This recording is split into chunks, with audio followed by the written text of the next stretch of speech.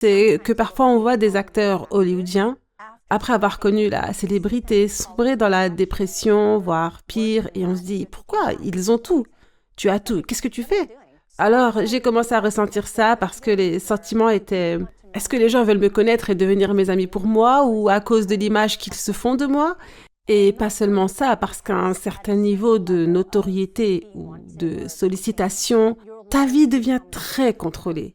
Tu as l'impression de tout maîtriser et que tout est très glamour. Mais en réalité, désormais, tu es lié. Par exemple, moi, j'étais liée à une agence. Et donc, j'avais l'impression que juste l'agence m'aspirait l'âme, si je puis dire. Je ne faisais plus aucun choix, au point où je ne savais même plus quel œuf j'aimais manger. Je ne savais même plus quelle coupe de cheveux je voulais. Même si on me coupait les cheveux sur le plateau et que les clients arrivaient en disant «Oh, cette coiffure ne nous plaît pas vraiment», il faisait venir quelqu'un pour me recouper les cheveux. Je me sentais donc terriblement vide. Qui suis-je? Qui est Elisa? Je ne savais même plus.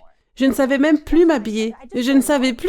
Donc, j'avais l'impression que ma vie partait en vrille et que j'étais très vide à l'intérieur. Et je sentais que j'étais sur le point de glisser vers le néant. Et ce n'était pas que... Enfin, pour être franche, je ne savais plus ce que c'était le bonheur. Je ne savais plus qui j'étais, je ne savais plus quoi ressentir parce que je ne ressentais que ce que mon esprit me dictait. Si je devais être triste ce jour-là, j'étais triste ce jour-là. Si je devais être heureuse ce jour-là, j'étais heureuse ce jour-là. Je ne pouvais pas me couper les ongles sans en avertir quelqu'un. Si ma peau bronzait davantage, je devais en avertir quelqu'un parce que le maquillage devrait alors changer. Je ne pouvais pas perdre ou prendre ne serait-ce que 300 grammes car mes traits et mon corps changeraient et ne plus être aux normes. J'étais asservie.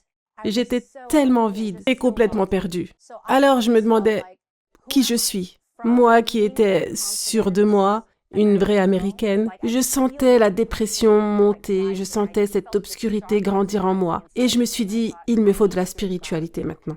Quand l'islam est entré dans ma vie, d'abord, bien sûr, je me suis alignée avec ses valeurs, puis j'ai commencé à m'aligner avec l'apparence. Et j'ai constaté qu'avec le hijab, les gens entendaient désormais ma voix.